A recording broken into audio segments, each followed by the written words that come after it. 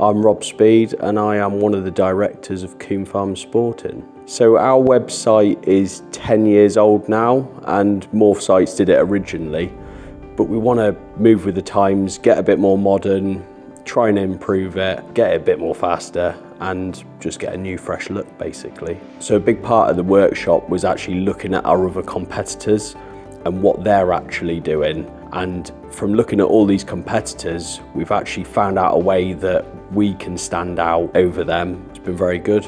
The chaps are very helpful. They explain everything.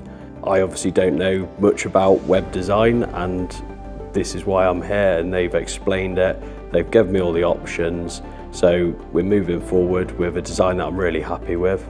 I think what I found beneficial is learning more about how we can actually target our stuff to the customers, whereas we've always looked at it before as we've just got a website up and people will look at it, and that's not necessarily the case, and these chaps are going to do the work to pull people to us so they're actually looking at our website.